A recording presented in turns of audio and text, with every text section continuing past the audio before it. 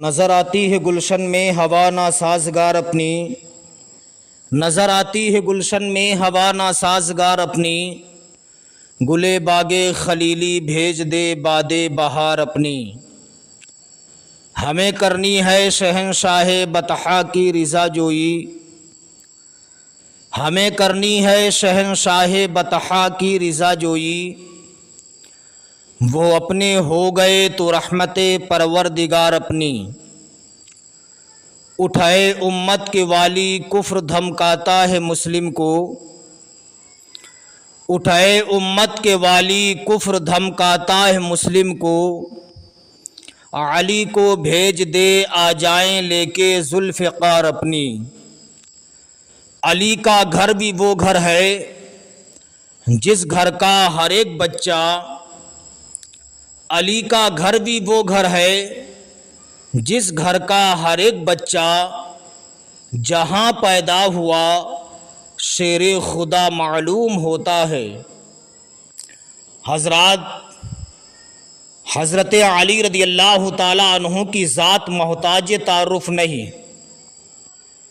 ساری دنیا جانتی ہے کہ حضرت علی رضی اللہ تعالی عنہ کے نکاح میں پیغمبر کی بیٹی حضرت فاطمۃ الزہرا رضی اللہ تعالی عنہا تھیں۔